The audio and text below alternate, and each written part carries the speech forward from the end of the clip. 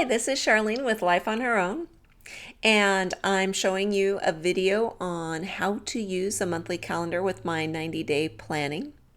This is a part of a larger blog post on quarterly planning, so please visit day 1 of that blog post to follow along, because otherwise you'll probably be lost. Okay, so we are going to show you, pick up from our day 4, which was on mind mapping, and I'm going to show you a couple of mind maps. This one is the mind map that was handwritten.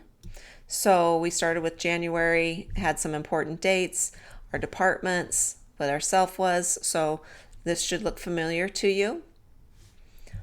Also, I'm going to actually use the Xmind version because it's a little easier to see on the screen. So here we are. We had January, our important dates, and the birthdays that we put in. And this is my department that we are concentrating on, home, and organizing the kitchen by January 31st. There is a list of tasks that I need to do in order to get that kitchen organized.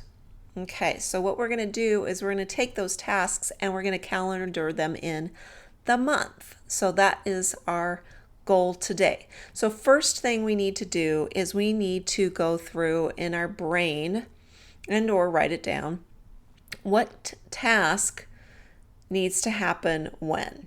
So what happens when?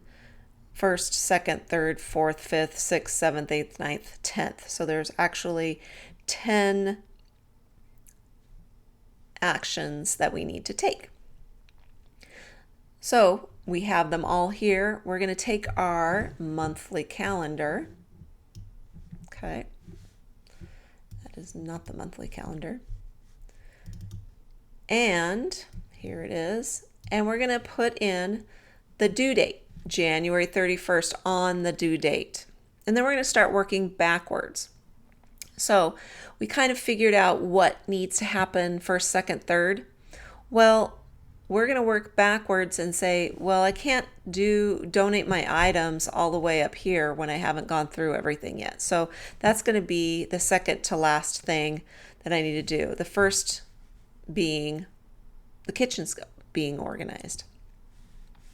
And then I worked backwards and had a third, fourth, fifth, sixth, and I put them in backwards order. And the only reason why I put this on here is for demonstration, so you know that how I organized it.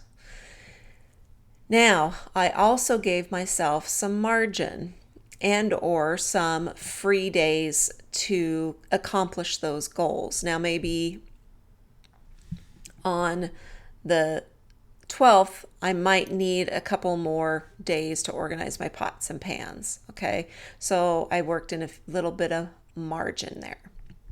Okay, that's how you put it into your monthly goal.